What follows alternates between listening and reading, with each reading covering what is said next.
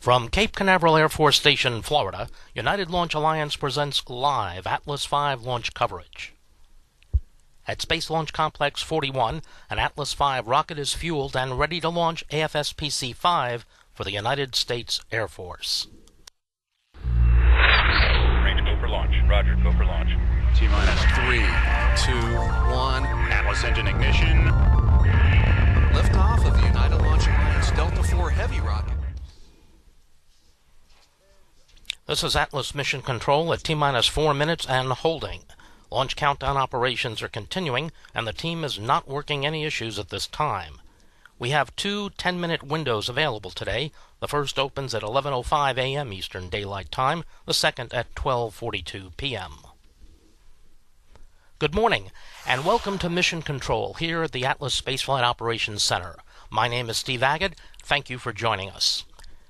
We'll conclude mission coverage about 5 minutes after liftoff. However, before we sign off, I'll be joined by Bill Nye, the science guy, to discuss his role in the LightSail project, which is one of 10 CubeSats aboard this morning's flight. About 10 minutes ago, at T-minus 4 minutes, the launch count entered a planned 30-minute built-in hold. This hold allows launch conductor Scott Barney and his team time to conduct final systems checks and resolve outstanding issues prior to entering the terminal count. As of this point, we remain on schedule for an 11:05 a.m. liftoff.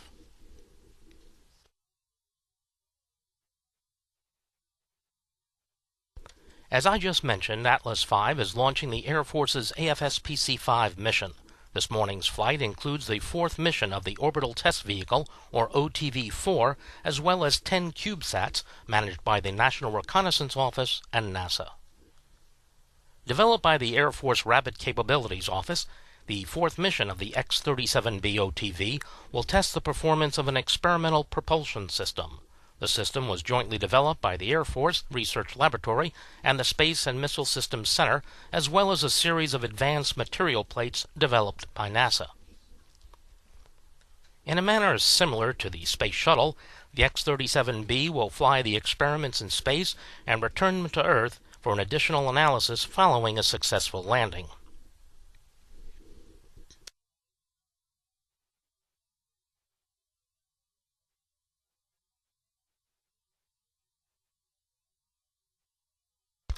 We recently received a final weather briefing from the 45th Space Wing's weather officer. The weather is within the launch commit criteria for today's liftoff. The probability of violating launch constraints is 10%. The ground winds are 5 to 8 knots out of the west-southwest, and the temperature is 81 degrees Fahrenheit. So, we are proceeding towards liftoff with a planned T0 at 11:05 a.m. Eastern Time.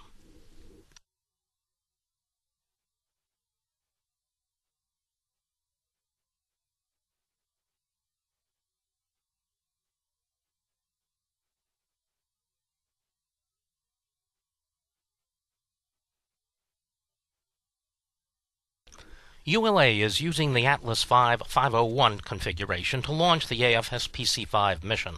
This is the 54th Atlas V Evolved Expendable Launch Vehicle flight since the inaugural launch in August 2002, and the fifth flight of the 501 configuration.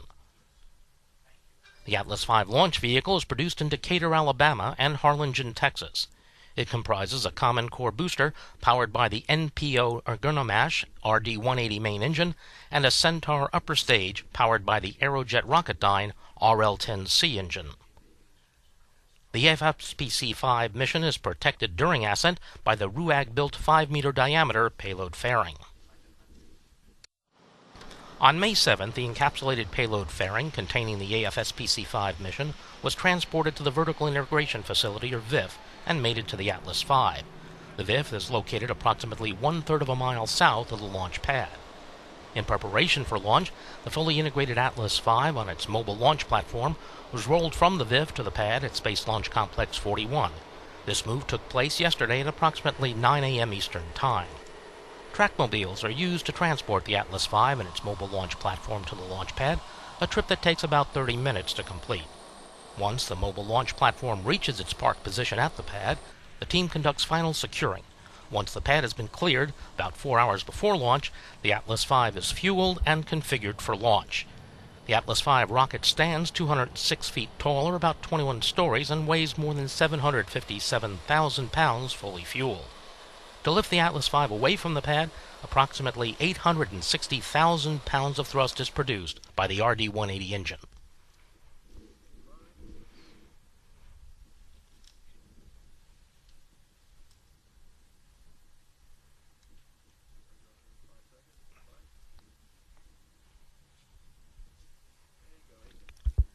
This is Atlas Mission Control at T-minus 4 minutes and holding. The X-37B orbital test vehicle is designed for vertical launch to low Earth orbit altitudes, where it can perform long-duration space technology experimentation and testing. Upon command from the ground, the OTV autonomously re-enters the atmosphere, descends, and lands horizontally on a runway. Let's take a look at a video detailing today's liftoff. The following profile details the important events of this mission using approximate times. 5, 4, 3. We have ignition. 2, 1. And liftoff. Liftoff of the United Launch Alliance Atlas V rocket. The Atlas RD-180 main engine ignites to lift the vehicle away from the pad. Shortly after liftoff, Atlas begins its initial pitch, yaw, and roll maneuvers to attain the proper ascent profile and minimize aerodynamic loads. The Atlas V reaches Mach 1, the speed of sound, at 83 seconds. At 89 seconds, the vehicle experiences maximum dynamic pressure. At 3 minutes 38 seconds, the payload fairing is jettisoned. Approaching booster engine cutoff, the Atlas V is burning propellant at a rate of 1,900 pounds per second, traveling at approximately 8,600 miles per hour, and located 96 miles in altitude and 110 miles downrange. Booster engine cutoff occurs 4 minutes 24 seconds after liftoff. 6 seconds later, the booster stage is jettisoned. The first Centaur main engine start takes place 10 seconds after booster separation.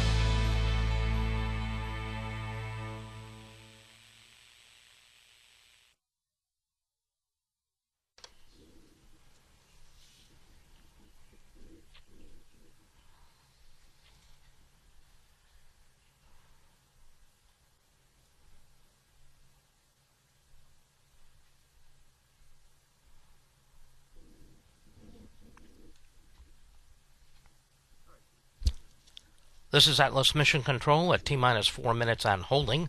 In addition to the OTV-4, today's mission also includes 10 smaller CubeSats known collectively as the Ultra Lightweight Technology and Research Auxiliary Satellite, or UltraSat. The innovative CubeSat program enables hands-on experiences, proof of concept demonstrations, and increases in the readiness level of emerging technologies. UltraSat is contained in 8 polypico orbital deployers, or P-pods, built by the California Polytechnic State University. The 8 P-pods are integrated into a structure built by the Naval Postgraduate School.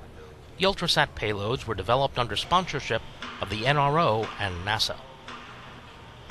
UltraSat will be launched from an aft bulkhead carrier, or ABC, mounted to the aft end of the Atlas V Centaur second stage. UltraSat capitalizes on the performance of the Atlas V and is deployed following separation of OTV-4. The CubeSats on this morning's mission were developed by the U.S. Naval Academy, George Washington University, Near Space Launch and Air Force Research Laboratory, the Aerospace Corporation, MIT, eSpace, California Polytechnic State University, and the Planetary Society. We'll hear about the Planetary Society's LightSail later in the show. For a complete description of the payloads, visit ulalaunch.com.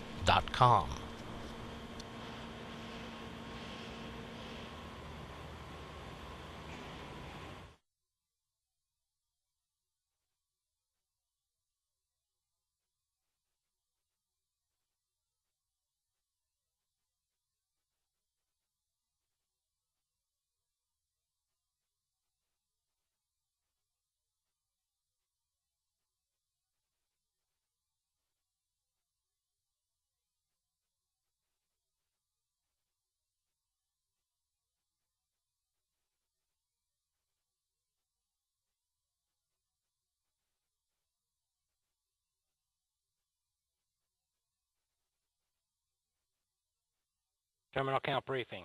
If a condition exceeds a launch constraint any time after the terminal count status check, the observer shall announce hold, hold, hold on channel 1, identify their station, and briefly state the reason for the hold.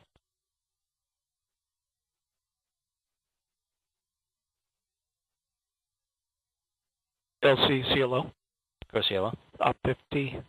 Step 1050, CISA purge flowing GN2 into the CISA. Roger. OSM, verify the FCO, RCO, and OSM hold fire switches are in the proceed position. Ready to proceed. Red line monitor and event table are in the correct configuration for terminal counts. Roger. Perform launch on time verification. Roger.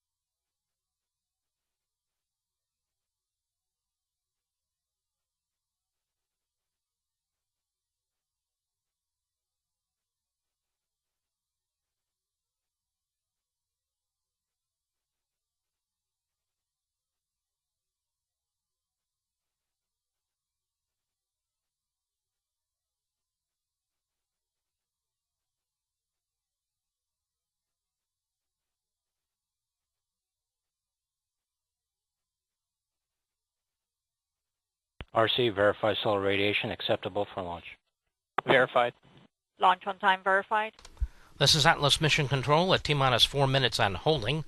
In a few moments, launch conductor Scott Barney will poll the team for the final go to pick up the countdown. 27 engineers and managers will be polled for system status and the readiness to proceed with the launch. This is the final status check before launch for all Atlas vehicle systems, ground systems, the spacecraft, and the U.S. Air Force Eastern Range. The readiness poll includes hydraulics, pad water deluge system, electrical systems, pneumatics, propulsion systems, flight control, and propellants. Let's listen in as launch conductor Scott Barney performs the final polling of the team.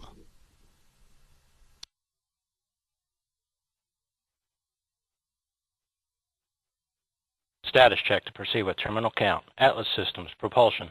Go. Hydraulics. Go. Pneumatics. Go. LO2. LO2 net 1. Go. Water. Go. Centaur systems, propulsion. Go. Pneumatics. Go. LO2. Go. LH2. Go. HASGAS. Go. Electrical systems, airborne. Go. Ground. Go. Facility. Go. RFFTS. Go. Flight control. Go. Instrumentation. Go. COM. Go. Timer. Go. GCQ. Go. Umbilicals. Go. ECS. Go. Red line monitor. Go. Quality. Go. Op safety manager. Go. ULA safety officer. Go. Vehicle system engineer. Go. Anomaly chief. AC is go. Range coordinator. Clear to proceed. Launch director. The launch vehicle is ready to launch. Mission director. You have permission to launch. Proceeding with the count. Timer T0 is planned for 1505 Zulu. Set count to start 1501 Zulu. Roger. T0 is set for 1505 Polling is complete and the launch team has been given the go for launch. The countdown will resume approximately 2 minutes from now. From T-minus 4 minutes until launch, you'll be listening to launch conductor Scott Barney and his team performing the final steps in the countdown procedure. You'll hear the team call out that the Atlas LO2 topping has been secured, followed about a minute later by the call out for transferring the Atlas and Centaur stages from ground facility power to internal battery power. At T-minus 1 minute 55 seconds, the team will command the launch sequencer to start, followed shortly by securing the Centaur LH2 and LO2 topping activity. At T-minus 1 minute 40 seconds, the team will command the flight control system to launch enable and arm the flight termination system. In the final minute, the Atlas tanks will be verified at flight pressures, followed with verification of the Centaur tank pressures. A final status check of the Atlas, Centaur, and AFSPC-05 readiness is conducted at T-minus 25 seconds. Seconds before liftoff, the RD-180 engine ignites and performs a health check prior to lifting the vehicle off the pad. After liftoff, you'll hear the voice of Rob Gannon providing launch vehicle ascent data.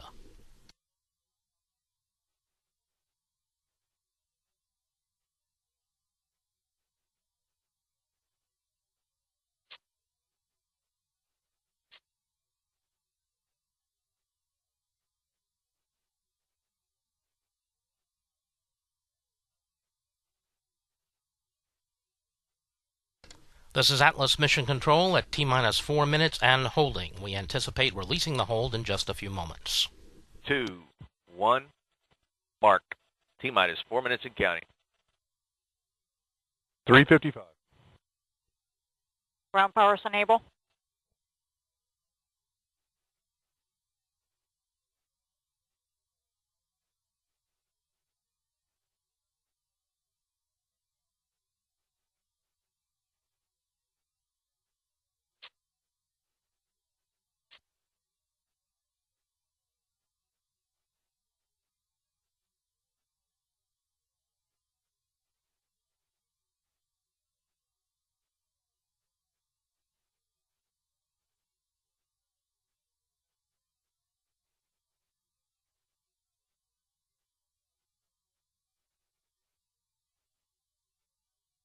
The countdown clock has resumed, and we're proceeding towards an 11:05 a.m. Eastern liftoff, now at T-minus 3 minutes, 4 seconds, and counting. Securing LO2 topping. Atlas Kings to flight pressure.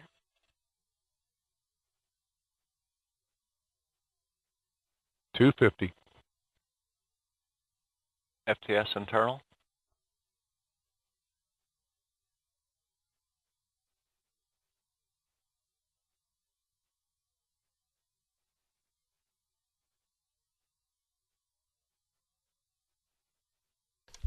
This is Atlas Mission Control at T-minus 2 minutes, 28 seconds, and counting. Once the rocket lifts off, it'll reach Mach 1, the speed of sound, in about 83 seconds after launch.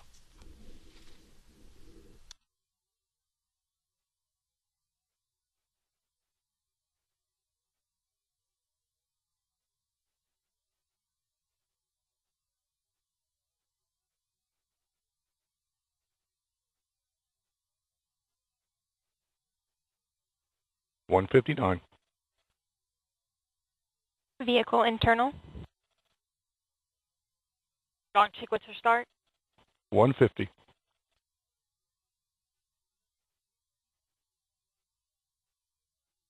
Securing Centaur LH2. Securing Centaur LO2. $140. FCS launch enable.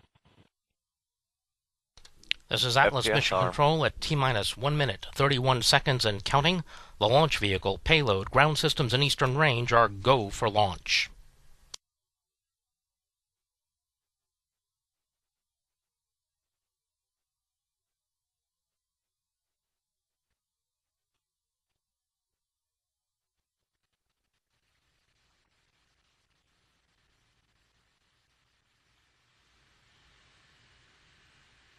This is Atlas Mission Control, now at T-minus 1 minute and counting. Report range status. This is the Rock. Range is green.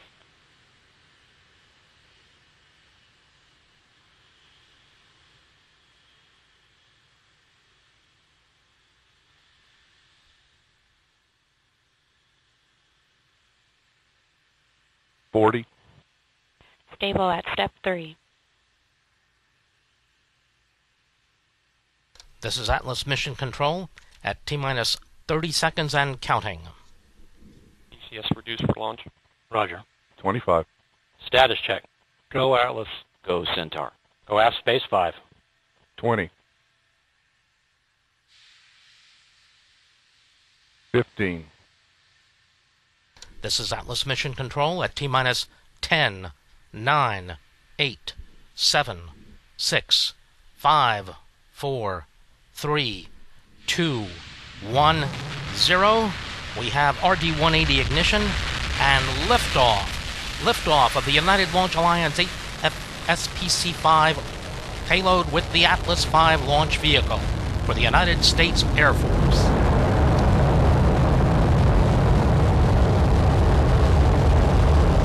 Vehicle disturbances are as expected. You're now hearing the voice of Rob Gannon providing launch vehicle ascent data. Let's listen in for mission progress. Everything is looking good. Passing 30 seconds into flight, everything looks good. Flight control is nice and smooth.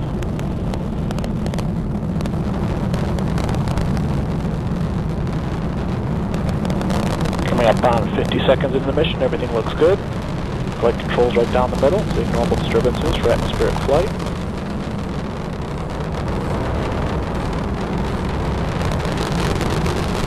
Everything is looking good. Operating parameters look good, vehicle disturbances look good.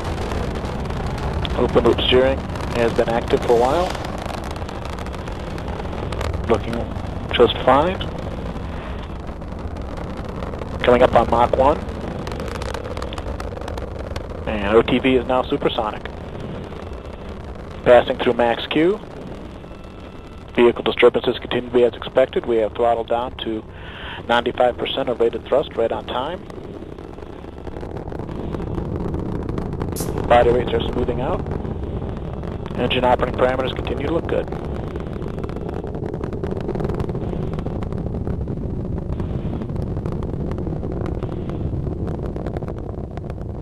Continue to operate at 95% rated thrust.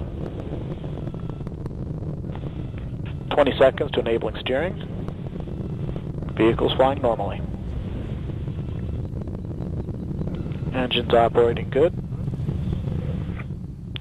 And we're proceeding right down the center of the range track, right as expected. Coming up on steering enabled. And we've enabled steering. Vehicle's maneuvering. We are now 25 miles in altitude, 15 miles downrange, traveling at 3,000 miles per hour. Parameters continue to look good. We're now throttling the engine to maintain a constant 2.5 Gs for payload fairing jettison, and we fired the pyro valve, activating the reaction control system on the second stage. Everything's looking good. Continuing to maintain 2.5 Gs in preparation for fairing jettison.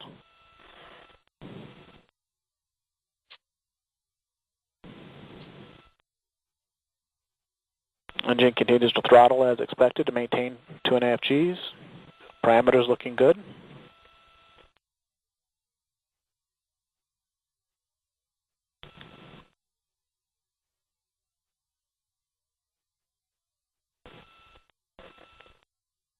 Coming up on payload fairing jettison.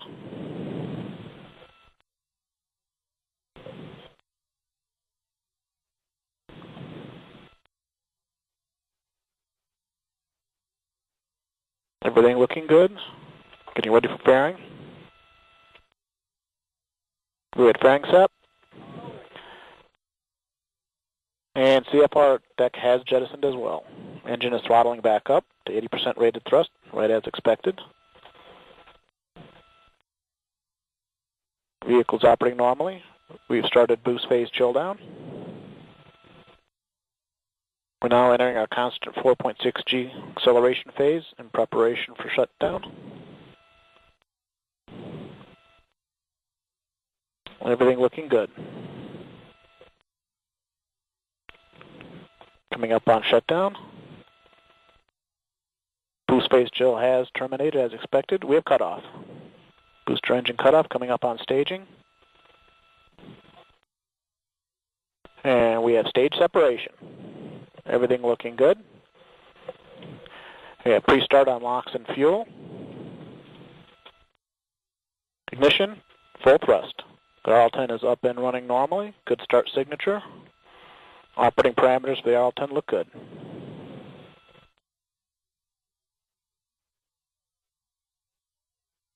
Vehicle continues to fly right down the center of the range track. This is Atlas Mission Control at T plus 5 minutes and 1 second into the flight. We've just heard Rob Gannon report the successful execution of events comprising the early portion of today's mission, and all systems continue to operate nominally. With the mission underway, let's take a look at video highlighting the capability of the X-37B orbital test vehicle. We have ignition.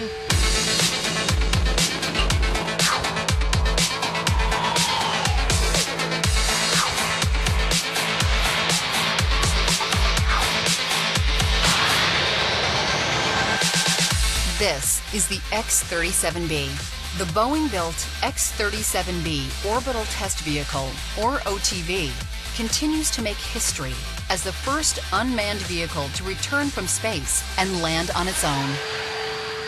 The X-37B provides a highly flexible demonstration testbed platform for a variety of orbital experimental missions. The X-37B testbed platform is unique because we can tailor our missions to specific user needs and return experiments back for post-flight inspection. Building on multiple missions, the OTV has proven a reliable fault-tolerant architecture through launch, flight, recovery, and refurbishment cycles. OTV Mission 1 validated the concept with 224 days on orbit. Mission 2 pushed the envelope to 469 days. And Mission 3 not only shattered the record with 674 days on orbit, but also demonstrated the ability to reuse an X-37B flight vehicle. These missions have proven the reliability and flexibility of the system to support a variety of experiments. The X-37B offers a consistent and repeatable test platform in the space and hypersonic entry environments. As a reusable system, hosted experiments can be inspected, modified, and flown again at dramatically reduced cost. Leveraging the existing X-37B infrastructure and reusing the platform allows users to focus their investment on the experiment and developing new technologies. Responsive to rapid integration, the X-37B can fly and test multiple new technologies, reduce technical risk early in product design, and validate system performance.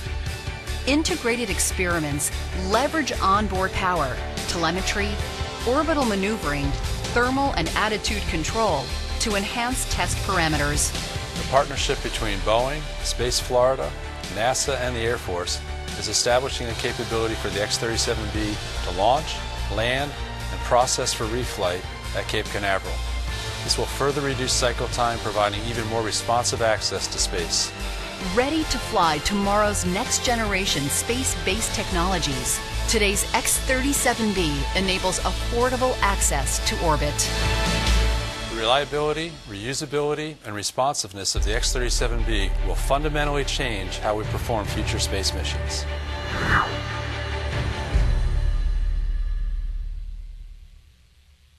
As I mentioned earlier, in addition to OTV-4, today's flight includes 10 CubeSats. One of those CubeSats is LightSail, developed by the Planetary Society.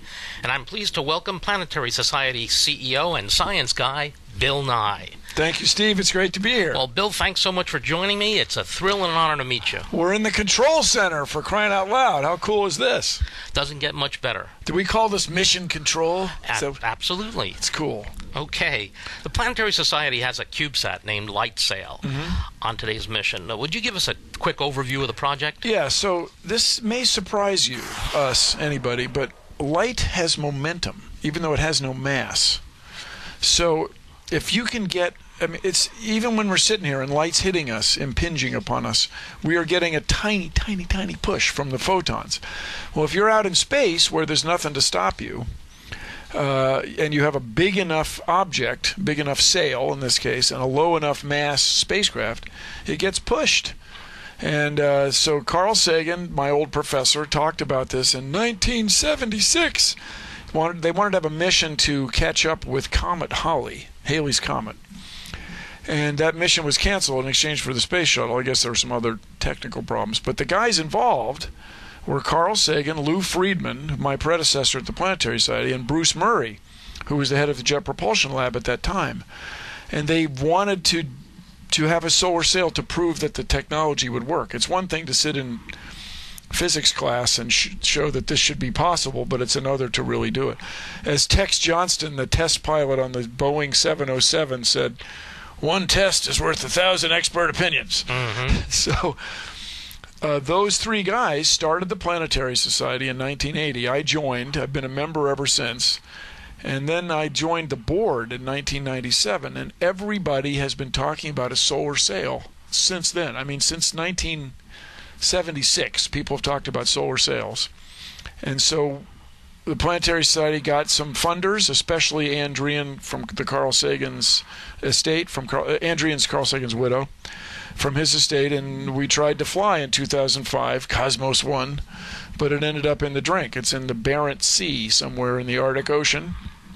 And so 10 more years have gone by, and we've rekindled the idea and embraced the standard called CubeSat, which is just 10 centimeters by 10 centimeters by 10. But ours is a 3-unit CubeSat, so it's 10 by 10 by 30 centimeters, smaller than a shoebox, everybody. And then the sail that will come out of it is this super shiny mylar. And another just sort of surprising thing until you think about it, if it's shiny, specular, like a mirror, the photon bounces off going this way and goes back that way, so you get twice as much momentum as if it were black, fully absorbent, black body, what have you. So it's just like, you're kidding. Like, that's going to work. So this, out of this little box, these really cool, really wonderful material. It's high cobalt steel, which was manufactured at the Air Force Research Lab at Kirtland Air Force Base in Albuquerque, New Mexico. These things come out 4.7 meters, and the sail then is 32 square meters. I mean, it's an enormous thing with this little, less than 10 kilo CubeSat. And so we're very hopeful that the thing will deploy properly, sunlight will hit it, and get a push. Now, this mission, and I love you all, of course, at Atlas V land, but it's not going especially high, so we're going to get dragged down by the atmosphere pretty quickly. But this is a test flight. There's two things that we really want to verify: telemetry with the ground, which includes pictures from our cameras. We have really elegant cameras built by Aerospace Corporation, and we want to see the sails deploy, because if you're scoring along with us, NASA launched a spacecraft called NanoSail D, and for those of you who are normal or whatever, D, capital D in aerodynamics means drag. So this thing was designed to be dragged down, and the sails didn't deploy for about 6 weeks, and no one's really sure why that was. It's just stuck, mechanically stuck probably, and then every time you go around the Earth you get hot and cold, and it shook loose. But we are pretty confident we have solved that deployment problem. There is no thermal vacuum chamber on Earth big enough to have all 4 sails deploy at once from our little spacecraft. So we're going to fly it in space and see if it really works, and we're pretty confident. And just remind everybody, this was built by our members, 40,000 plus people around the world, who just thought this was an intriguing and wonderful thing to experiment with. And it's a technology that we strongly believe will enable all kinds of missions to the moon, to asteroids, to Mars, and the other just really sort of practical application of a solar sail is to get in an orbit closer to the sun than the Earth, and then instead of getting pulled in, because when you're closer to the sun you'd have to go faster, let the solar sail keep your position, so-called station keeping with the Earth. And that could have all kinds of advantages for monitoring solar weather and for looking for Earth orbit crossing asteroids. What you really want to do is look for those in the infrared spectrum, because in the visible, it's, as we say, it's like looking for charcoal in the dark. It's really hard to see. But with the solar sail, we strongly believe that all sorts of universities, institutions, and especially the Air Force is quite interested in this technology, and we have worked real hard to keep the cost very low and the compactness of it, keep the space very small. The space, that's a pun. The volume it takes up very small. So it's very exciting to be on the Atlas V. Okay, well, ULA has launched 5 CubeSat missions already. I'd like to know how important are these missions in terms of the experience they provide to the students, the research groups, as well as the science and technology advancements we gain from these really low-cost investments. Yeah, so the CubeSat is very small for starters, but the other thing is it's standardized. So you can go online and buy solar panels that are robust enough to take the hard vacuum of space in the sun, on the sun side and the night side, over and over. Without the thermal problems you would have with a homeowner's solar panel.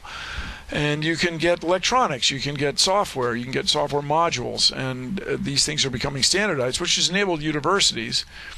But the U.S. Air Force is quite interested in them, and Jet Propulsion Lab and Applied Physics Lab have both expressed interest, strong interest. We have a lot of members there. Strong interest in the success of this particular style of CubeSat because it has its own propulsion. When you're using solar energy, it's there all the time. Mm-hmm. And so although it's a very small thrust, it's continuous rather. And so you can go hypothetically as far as you want in space. Well, given the Planetary Society's unique mission, I imagine the CubeSats are an important part of its puzzle. Oh, yeah. So one of the problems we had with this Cosmos 1 Russian-built solar sail in 2005 was every part of it was custom-made, every part of it. But now it's launching from a standard P-pod, which is another tortured acronym. I think it has the word Pico satellites in there. Yeah. And so it's a jack-in-the-box that is a standard size, a standard thrust spring with a standard release mechanism, a burn wire. That's all figured out. So that part of the mission that's been solved. And you guys at ULA have solved it, would you say 5 times? 5 times. Yeah, so it's very high reliability. And I'll tell you, our members, we launched on a Russian rocket, 2005, and it ended up in the ocean. They would not, they're very happy to be aboard a U.S.-built, high reliability, big-time rocket. So thank you guys. Well, thanks a lot. Well, I'd like to shift gears just a little bit, and I think you'll find this interesting. It seems we have something in common. Each time I host... Even more? Even more. And each time I launch I'm in an Atlas countdown and host this broadcast, we get questions from our viewers about my tie. Your tie. Oh, yes. It has pictures of a rocket. That's right. It has a space shuttle. That's right. And I know that you're known for your ties as well. Yes. But you choose not to wear bow ties. That's right. It takes all kinds, Steve. I don't get it. And there's a reason for it. This tie has a history.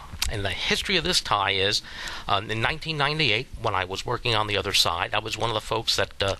when you say the other side of the glass. No, the other side of the river here, the Banana River, which is separates us from the Merritt Island, which separates from the Indian River to the mainland.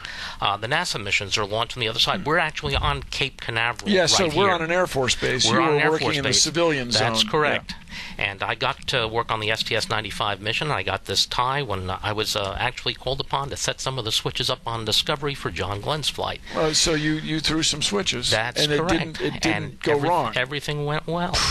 And so with this Atlas rocket, when I was asked to do this countdown, I decided, hey, I'll wear this Atlas tie. But most importantly, for all the plus count missions that I do on Delta and for the Atlas ones, I always wear my Snoopy tie pin. And Snoopy is for safety. That's right.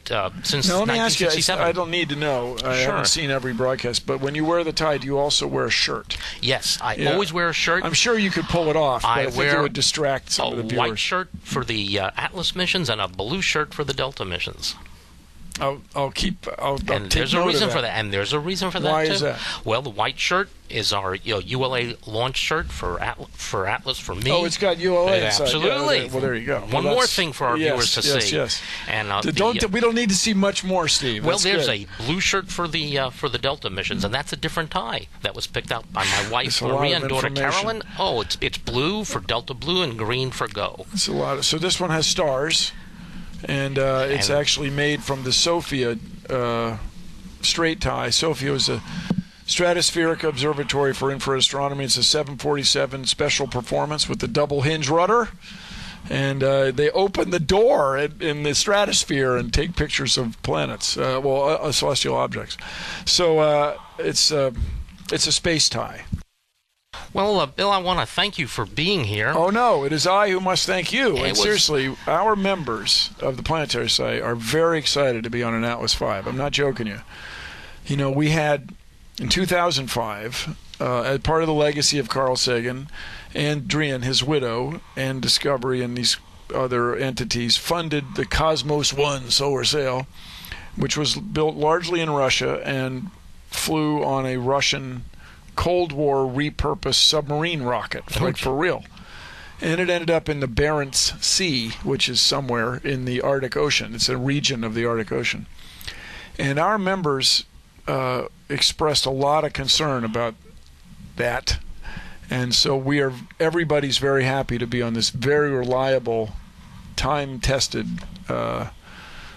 very reasonably priced launch vehicle. So thank you for letting us get a ride. Well, best of luck with LightSail. It's a fascinating project, and we're looking forward to following its progress. Oh, yes. So it will deploy, if we don't do anything, it'll deploy automatically in 28 days. And you have to wait, everybody. I'm sorry. We launched these CubeSats. Everybody waits so that they'll separate in space, so they won't be too close together. It's just actually the cheapest way to do it. Just let them drift apart. So we hope we'll deploy sooner than that, but within the month we're going to run the big test. Always giving more bang for the buck, right? That's our hope. Okay, that's Thanks very great. much. Well, thank you, Bill. And I invite our viewers to share their photos and launch stories about the launch trays and their traditions on the hashtag #GoForLaunch. Go for launch. Okay. We'll now conclude our coverage, and I'd like to thank Rob Gannon for his support of today's show. And for more information about the Atlas V, please visit our website, ulalaunch.com, or join the conversation on Twitter and Facebook. We'll complete our live coverage with another look at today's Atlas V launch. I'm Steve Agate, and on behalf of the entire ULA launch team, thanks for joining us, and have a great day. 5, 4, 3, 2, 1, 0. We have RD-180 ignition and liftoff. Liftoff of the United Launch Alliance AFSPC-05 payload with the Atlas V launch vehicle for the United States Air Force.